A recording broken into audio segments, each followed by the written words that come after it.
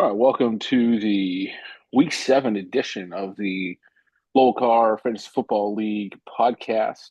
Unlike some of our finer post or secondary or post-secondary education institutions, we will not be doxing or releasing anyone's personal data this evening. So no names, no locations. We don't condone that unless somebody wants to reveal their identity and location on the podcast. But sir, without further ado, introduce yourself. It's up to you if you'd like to disclose your information. I don't know if any of your information was potentially captured by current students accessing prior students' data today, but I don't want to go dive any further into that quagmire.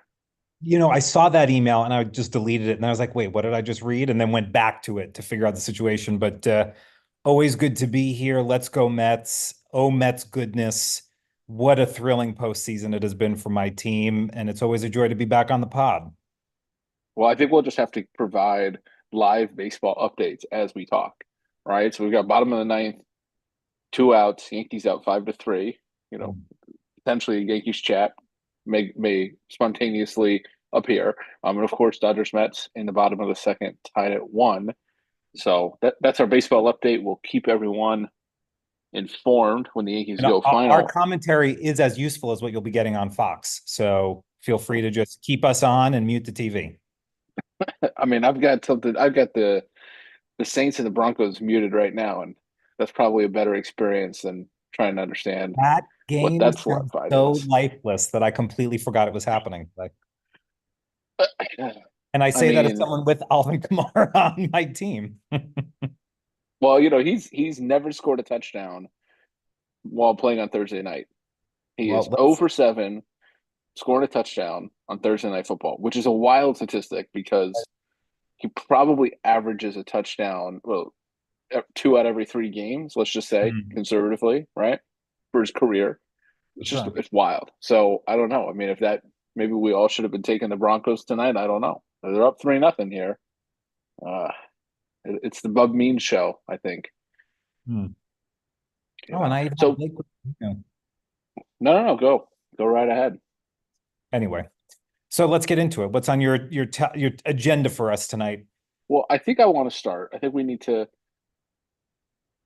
start with let there was a trade, and Mm. normally we don't react to every single trade. It's not worth the time.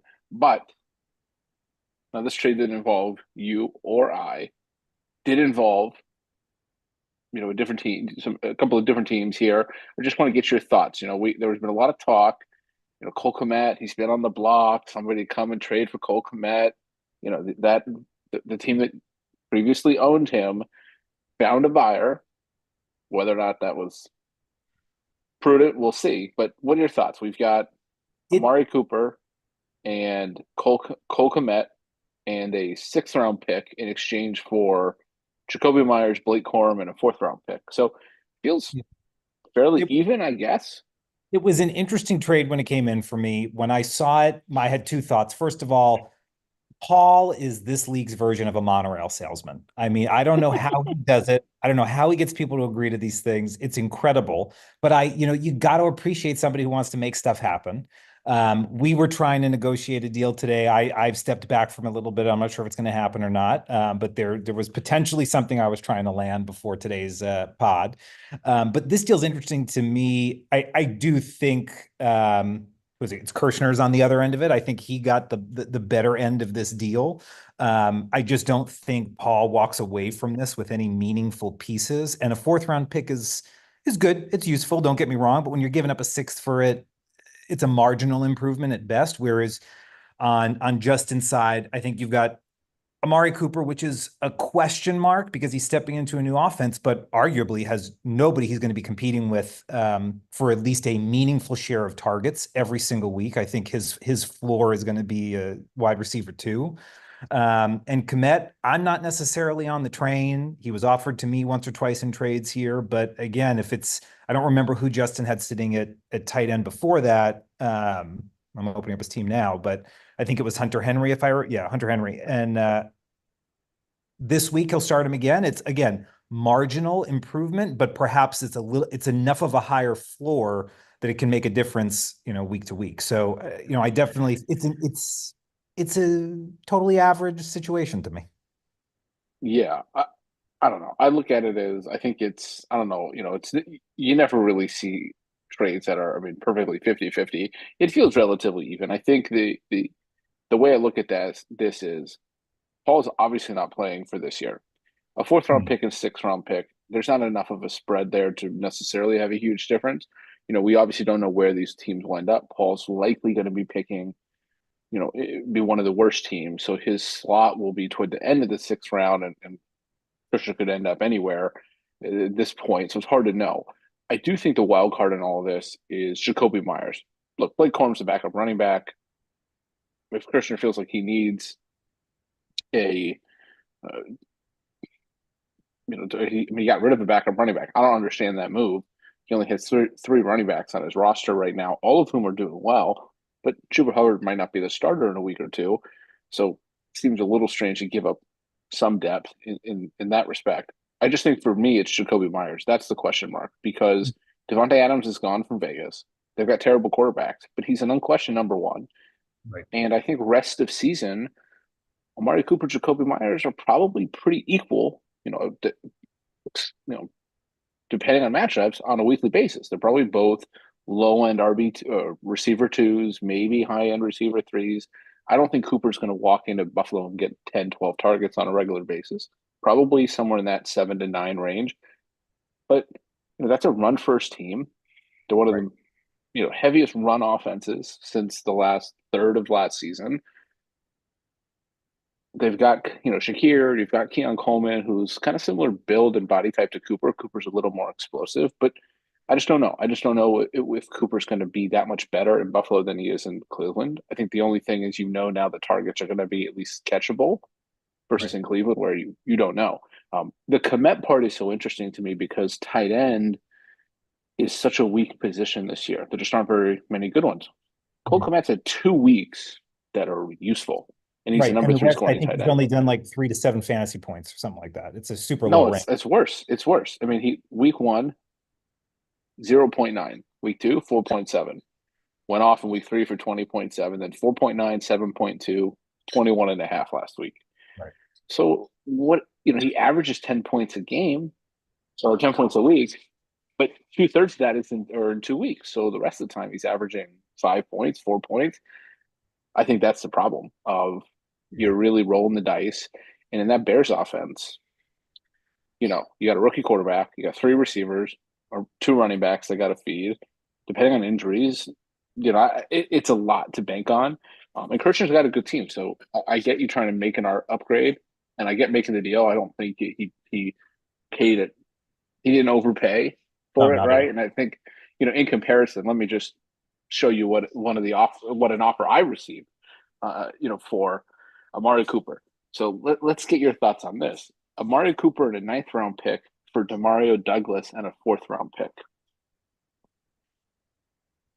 I never rejected it. I just sort of was like, this is clearly not something I'm going to accept or engage in. And I don't need Amari Cooper, so that's With a whole this separate post point. trade. No, this was last night. This is before this trade. Oh, so, but I mean, post like he had already gone to the Bills at this point when you Yes, received. yes, yes. This he had already been traded to the Bills.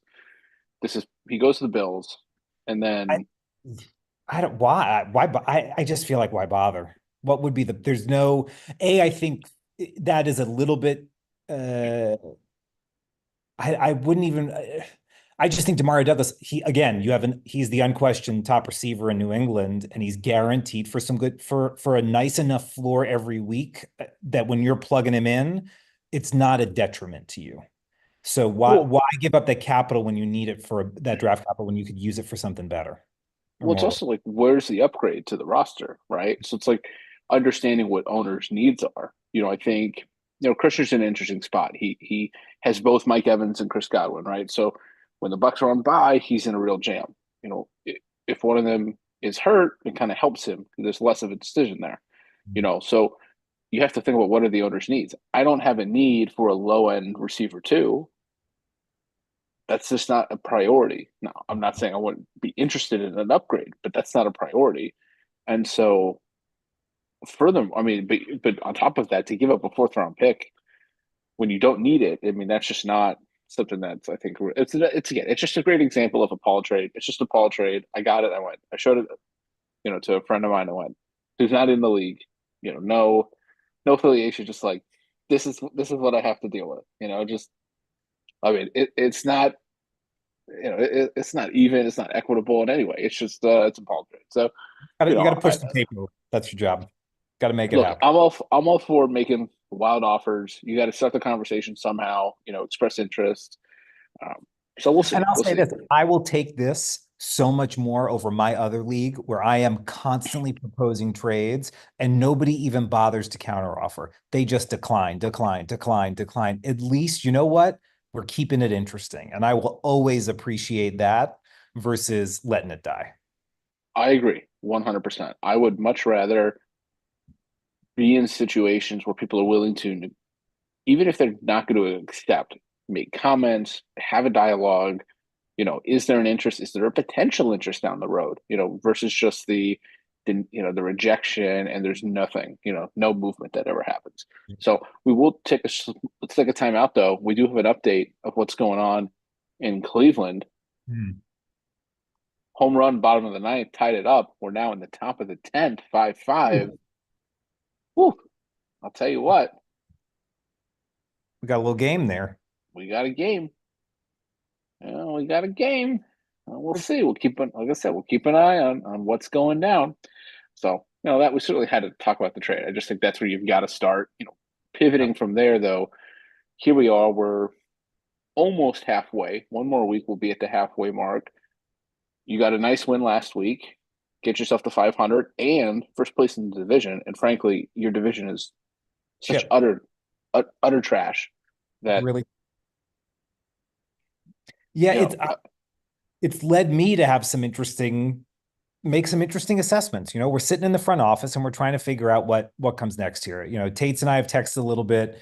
He was offering me a trade. He's like, ever since the injury, I kind of realized the season's not for me. And I was like, funnily enough, I was going to try to trade you some pieces because I realized the season's not for me.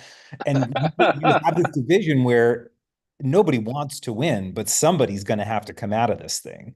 Yeah. And it's eventually you have to, what the I'll say the point I'm grappling with is, do I decide one of us is going to get a playoff spot between me and Tate's? It seems Mm-hmm. like it might be me. We know what his mindset is now. Do I make a move to say, all right, well, let me make the most of this? Or do I just try to sell off pieces, fall backwards into it, and try to have some draft picks for next year? And I'm starting to. Right. I haven't decided what I want to do yet, but I mean, look at no further than how terrible this league is, then we are collectively outscored by every other team except Paul. All seven other teams in the league are higher scorers than us. We are 8 through 8. Oh, that's not true. That's not true. Yes. Drew, Yeah. you score more than Drew. Oh, excuse me. Yes, I score more than Drew by But 14 points. your point holds, right? I mean, let's put it this way: three of the bottom four scoring teams Yeah, reside in your division, and all three of them sit between 88 and 91 points, which historically is at least 15, somewhere in the 15 to 20 point a week range from being a playoff caliber team. for sure. So, you know, um, And arguably, that's part of the reason I'm still so inflated is because of that, what was it, 40 or 45 fantasy point week from Alvin Kamara, right? Arguably, I should be much lower than where I'm sitting at. I've only had, of these 6 weeks, I think I only broke 100, perhaps two of them, possibly three. yeah, three. I mean, you basically have either had a week where you score roughly 120 or, in that range, close, 118 to 122. And the other 3 weeks, you're in that 80, low 90 range. So you're sort of boom or bust. You either have a really good week and you basically you've won those, or you're in the bottom two or three teams in terms of points scored. That's a really difficult place to be because, as you say, it's hard to commit, right? It's hard to decide what do you do. Tate's the Rasheed Rice injury, the McCaffrey situation. He just said, "Look, I'm going to punt." Rice is done for the year. He trades McCaffrey and Devontae Adams. He doesn't really have much, besides that from an asset perspective. Maybe somebody wants a James Conner or Brock Bowers, certainly, but there's a lot of keeper value there, or potentially keeper value there.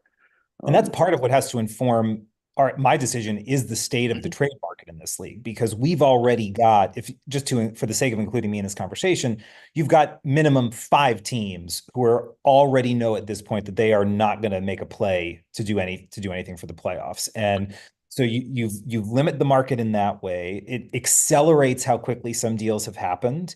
And it also means that there's such good talent going to some teams so quickly to let's even taking somebody like Kirshner, that the pieces that these teams need are so marginal that it's almost not, is it worth giving up a first or a second round draft pick to get the quarterback who takes you from 20 points a week to 22 points a week?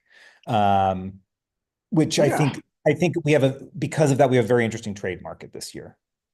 I think so. I do agree. I think the talent is very much concentrated, in 6, 7 teams, and that really does sort of skew things. I mean, right, we've got 4 teams that score, nothing close to 100 on a weekly basis. So remove them from the conversation. Paul was able to work a deal. Uh, he doesn't really have a lot of assets, but he worked a deal, so deserves some kudos. Um, but there's not a lot of assets when you take a look at these other couple of teams. And on top of on the other side of that, for teams like Lamagna or Bodson or Kirshner or myself, Joe Wagner, I mean, all these teams where you're scoring regularly north of 100, you're right. It's sort of marginal upgrades, or maybe it's trying to hoard depth, but there's not a lot of elite production elsewhere that you can really go and bank on and make a deal for. And then to give up the capital, is that worth it when it's such a competitive situation? I think on the flip side of that, right, the league is set up where there's incentives. If you don't make the playoffs, you're in the consolation, and if you are a good team in that bracket, you can walk away with a number one pick, which can have value. The other side of the coin is we've seen historically that just because you're the top team or even the top 1 or 2 teams doesn't mean you win in the playoffs.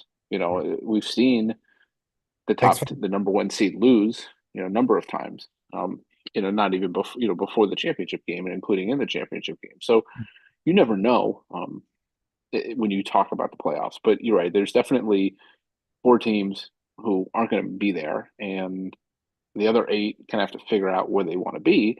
I think the other component to that is, you look schedule wise, right? You know, you've got some bad luck, maybe. For you, for example, your point differential is negative, so that's definitely some bad luck. You've had, like I said, those 3 really bust weeks, but everyone else is really kind of feasting on the poor teams. Yep. So I don't know. I'd be curious to see what happens when we get a little bit closer to the trade deadline. Um, Yeah, I no, mean, I think other than the Devontae Adams trade, there hasn't really been anything major that's happened. It's been more of these, again, like minor, am I improving from a 10 point a week score to a 12 point a week score type situations. And that's definitely been reflected in what the star power of these trades have been. And an important baseball update is that the Dodgers are now winning 2-1 after driving in an Ohtani run. And Hernandez is now up at bat with 2 men on and 2 outs in the top of the third. Geez, he's up at yeah, 52 pitches already. Oh, come on. that's baseball analytics, man. It's they're not going to throw him more than 2 times through the order, take pitches, It is work now the three to counts. one.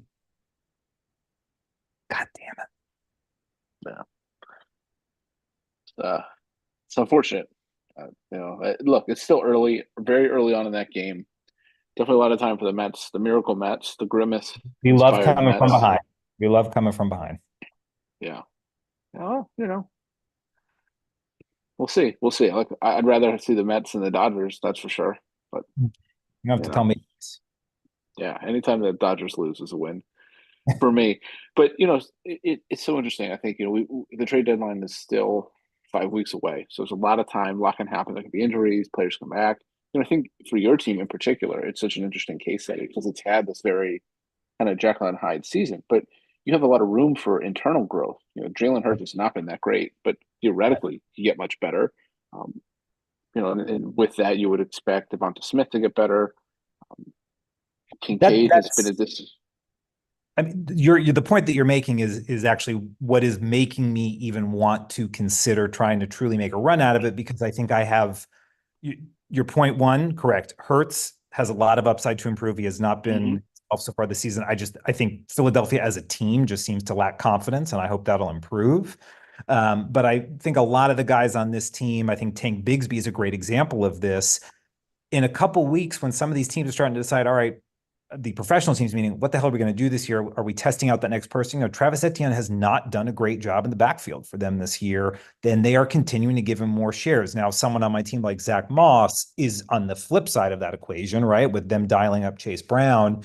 But I could see a world where 5 weeks from now, a couple of these guys I've been sitting on are the dominant starter for their team. And maybe not giving dominant fantasy performances, but suddenly I've got the guy who's replaced Etienne or the guy who's Mhm. replaced Rashad White. And, I was feeling good about Braylon Allen. I feel a little bit less good now, just given what we saw from the play calling for the Yeah, that was week. interesting.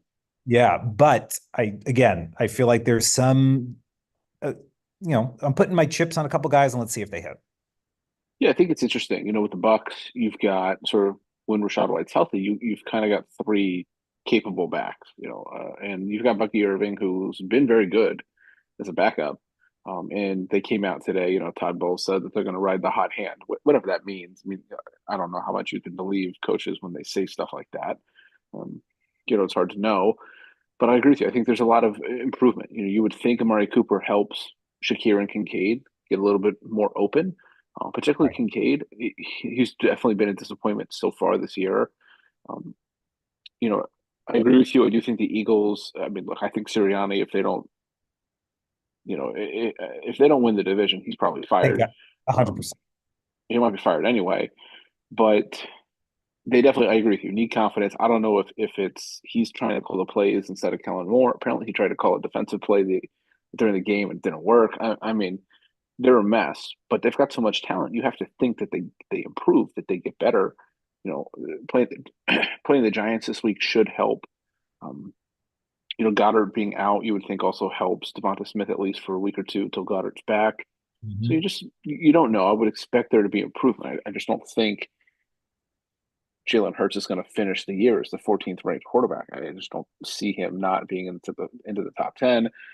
So there's definitely a lot of room for improvement there. And I think also what will be interesting to see is within the kind of the 6, 7 ish teams that are all sort of playoff caliber in the league, do Mhm. people start to look at each other and go, okay, well, this team has a lot of running backs. Maybe I can acquire one of them to help me, right? Does somebody have too much depth at a position where they're willing to make Right. a trade, right? Does somebody have, hey, they have 4 good receivers. Maybe they'll trade me one, right? I don't know if that'll happen. It's just that's the kind of thought process that I go through. And I look around and, for example, I spent the rest of my fab on Goddard today because I know he's hurt, but I've got Kittle. Kittle could Mhm. get banged up. His bye's coming up. I'll take Goddard. Right. That's a. I'm not going to play both tight ends on any given week, but that's a really good insurance policy. And so you got to make decisions of what makes sense longer term because I'm not really worried. This week or one week at a time. You have to think, okay, I've got to be prepared for needing somebody. Uh, if that happens. So I do think that we might see that materialize as less of the kind of big game hunting that we traditionally see and more of the hmm, this guy's number 3 receiver would help me out and he doesn't really need him, Right. that kind of thing. I don't know if that'll happen. I would look for that, as we kind of get closer to that deadline. Also, you have situations too where you got to think, if somebody has players on the Dolphins Mm. and Tua's going to come back in a week. But let's say Tua comes back and he looks good, or maybe he gets hurt again, right? Like, what does that do for those players? Is there a market for like an Achan if Bodson has him, right? So does he need him? Is there more value there? Is that a keeper decision? A Jalen Waddle, a Tyreek Hill. I mean, there's all these types of question marks that I would have for those types of players because right now they're not really worth anything. But are you trying to make a deal with Tua coming back? Is he going to stay healthy? So questions like that impact a lot of things. Look at 6-0 Broncos. Shahid's out for the rest of the year. Yep. Olave has a concussion. I don't know if that should be good for Kamara, but on the flip side, they got Hasn't a rookie proven so quarterback. tonight. Well, he's got like what 1 yard. I mean, they can't even 1 yard. snap the ball to. Honestly, they can't even snap the ball to Spencer Rattler. It's wild how bad they are at the moment.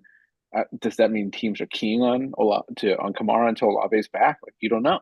Do the Saints make a trade? Do they go look? We can win our division. Let's go out and get a Garrett Wilson or you know a, another type of offensive weapon or a receiver somewhere that they think can help them. So I don't know. There's a lot that can happen.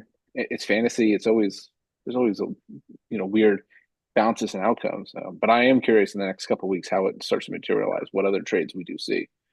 But my God, Bo Nix is terrible. This is so hard to watch. I have the extreme misfortune of having him as a quarterback in one of my Superflex leagues. Oh my God. Also a league where I won, so I had given up capital, and I knew it was going to be a rough year.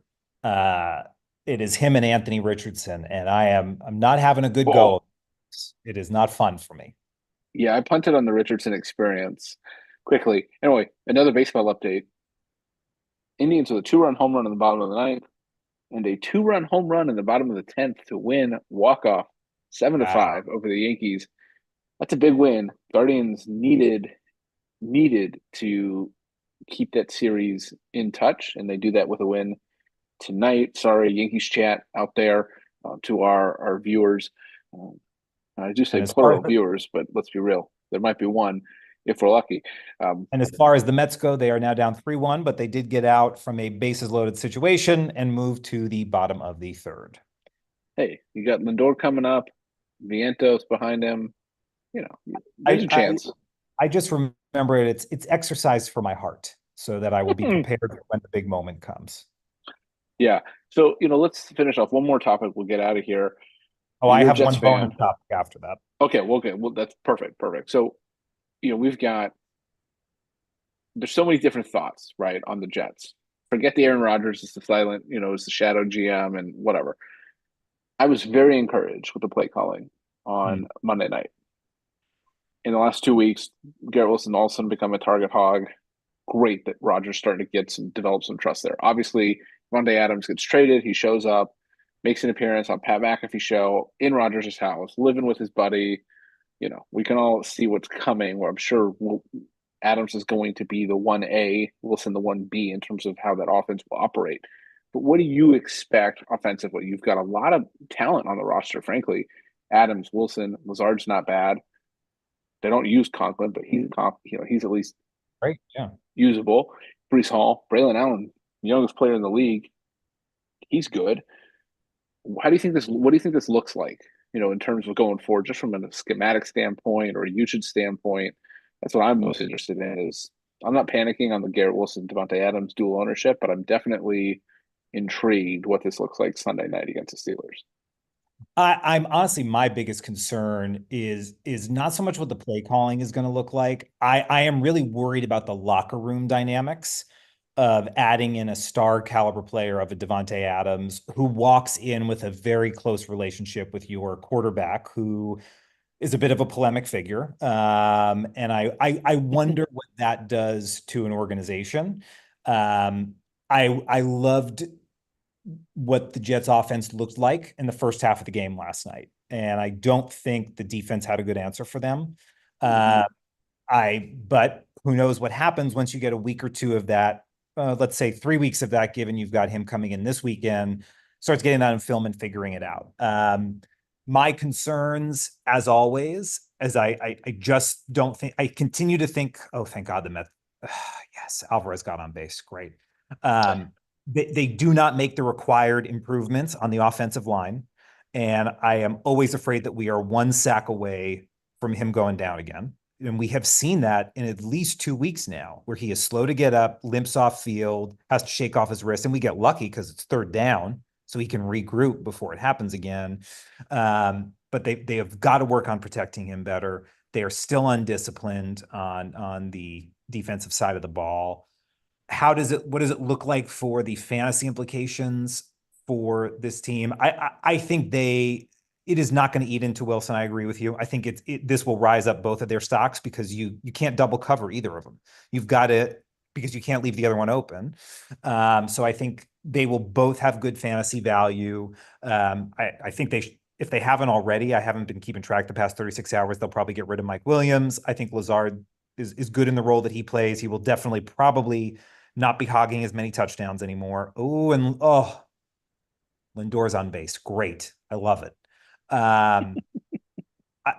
The one thing I'll say I agree with you on is I do think it does seem like they're playing Hall more than Allen, which I'm a little worried about, but it's fine only from a fantasy perspective. I have been very curious at the way they're using Conklin this season.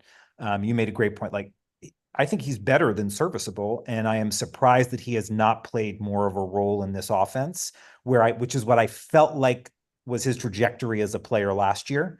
And I was excited to see that develop more. We have not really had a good tight end threat for a very long time, and I wouldn't call him a great threat, but I think he is he's a reliable presence. So I'm optimistic.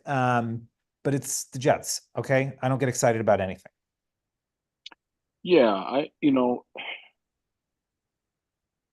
think from a fantasy perspective, there's obviously going to be weeks where Adams or Wilson could both be receiver ones, at the end of the week. I think Right. ranking wise, you kind of have to think of them both as maybe Adams is like a low end receiver one or high end receiver two, and Wilson is more like a mid receiver two, in terms of what I would expect from a production standpoint. Because, I agree with you. I think Rogers he's gonna pepper the two of them because single coverage, they're both gonna get open. I would anticipate Wilson gets to run a little bit more downfield now too, because he's not bracketed or double covered as much. The one thing I'll say about Conklin, and this is a criticism I think of Rogers generally, Mm. I'm trying to think back like in his career. He's not a big user of the tight end. He's never really been. Now he's not played with elite tight ends that often, and he will throw to them, but he's not one of these guys that loves the tight end, right? He usually is, I've got one, maybe two really good receivers, and that's my guy. And that's how he operates, Well, And so I could see Wilson and Adams combining for 55, 60% of the targets because that's kind of how his I mean, big was what, like Finley? Who would have been the big tight end? I'm trying to remember who were the big tight ends when he was on the no, I pack. mean, he's had years where he's used tight ends in the red zone, but Yeah. that's really it. It's not like he's never had obviously a Kelsey or a Kittle type, but Right. he doesn't try to use tight ends that way. I mean, I think back to I'd love to see what the usage percentages were when you had like an Adams and Jordy Nelson together, right? When you had Right. or Nelson and Donald Driver together, like how did that look? Because I think that's comparable here, right? You have a different play caller, but at the end of the day, it's the Rodgers offense. In Right. terms of the Jets, I mean, obviously there's a lot of issues. I don't really worry about the locker room. I just think in general, it's a mercenary team. Mm. You bring in a Rodgers, you're bringing guys like Lazard, you know, would you have Randall Cobb last year, now Devontae Adams. I mean, it's just kind of like you're bringing in these veterans with one goal in mind. We got to make the playoffs, and then anything can happen. Now, you know, getting rid of Salah or not, the defense is good, is talented. It's the Jets, so they're going to find ways to mess it up. Absolutely. It's just I don't worry about locker room culture. I do think I am a little surprised they traded for Adams and kept Wilson. I would have thought Wilson would want. Wilson may still want out. I just don't know that that makes sense. The other thing is, I don't know that Adams is on the team next year. I don't know that Hmm. Rodgers is on the team next year, right? Like those are the other things. Is like Rodgers might retire. Adams might be an offseason, cap cut situation. So, it'd be If interesting to we see don't how make some the of that plays out. playoffs, if we don't make the playoffs, Rodgers does not come back. I don't think he wants to go through this situation again. If Oh, we of make course not. the, if we make the playoffs, I would say it's maybe 50-50. Well, But I don't make think the so playoffs, much of that depends on how much influence does he have on the coaching hire, right. right? Obviously, Salah wasn't his guy, but you bring Rodgers in, and Woody Johnson is ceding a lot of control in the sense of you have to keep Rodgers happy. Mhm. And I wonder what that means. You're going to have to go for an offensive coach, I think, regardless. It certainly can't be Hackett, right? After what happened in Denver in the beginning of this year. Rodgers may not like that, but Hackett's going to be gone. Does that push Rodgers out? So there's just a lot of question marks there. And he's 40. Right. Like at some point, it's not really beneficial to the organization to have him there. So I'll be curious to see how that plays out. Fantasy wise, like I said, I'm not really worried for their pieces as long as Rodgers is healthy because he'll do what he does. So Right. we'll see. You said you had one more topic. Let's. Oh, I have one bonus topic on the way out, which is Fallon and I have been watching the American Crime Story, Aaron Hernandez. And I Oh do my not know if the God. league is watching it. It is one of the worst things I have ever witnessed on television. So I The saw some clip of the terrible Gronk actor terrible, doing, terrible Belichick, oh, terrible. everything's terrible. I've It's seen the two or worst three acting I've clips. ever seen. Yeah, you see a couple clips on Twitter, and I'm like, one, I didn't even know it was airing, but two, this looks just awful. Horrendous. They couldn't have picked worse actors who cared less about the quality of the product. But Kind of like yeah, somebody watched it on Tubi and was like, oh my gosh, let's actually air it on FX. This is a great idea. It's and that quality. it's so interesting to me because FX generally has very good programming. They had the Americans back in the day, Shogun. I mean, FX doesn't usually just throw out crap. Uh-oh, big Sorry, they play. Must have walked been Pete a big play. Alonso. It's all right. Bases are loaded with one out. Okay, all right, all right. So, look, there we Yeah, go. it's awful, and I highly recommend it to the league to marvel at how terrible it is. And they take what is a very sad story, and it feels very exploitative the way they tell it. Well, I'm sure it is. I'm sure the family is cashing a nice check from this. Let's be honest, right? You know, it, that's how that goes. So, I mean, it's just like what would you have? You had like three different Lacey Peterson documentaries all come out at the same time. You got like Two basically fire the fests and you got like the true crime version, then you got the Scott Peterson, Innocence Project version, right? Everybody's get paid. Everybody's making something somehow. Like it was 2024. Nobody's just doing this for PR. So, you know, yeah, I mean, look, you make a good point. Maybe we should invest some time, do some reviews. I don't know. big. It Could be definitely sounds the like next the extension kind of of the pod. thing. Yeah, I think it's more like the background, thing that's going on while you're working, right? Or Oh, you're doing that's something else. I put it on while I'm making lunch or something to Yeah, yeah, turn off my exactly. brain for 45 minutes in the middle of the day. Yeah, exactly. You don't really need to care what's going on. It's not important. It's just sort of white noise. Completely understand. Yeah, and look, it's 13-0 Broncos now. We're gonna sign off here. Turn our attention to the Mets, the miracle Mets. Grimace is on billboards in Times Square. It's a wonderful time to be a Metropolitan. So, sir, I appreciate your appearance here Always tonight. good You've got your cap on. I hope you get to go to a game at Chavez to Ravine this weekend. That would be quite the experience. listen, Yankees fans should hope that I do because I was at game 5 of the Subway Series in 2000, and that is the game that sealed the deal for the Yankees. So you want a Subway Series, you want me back, the Yankees need it.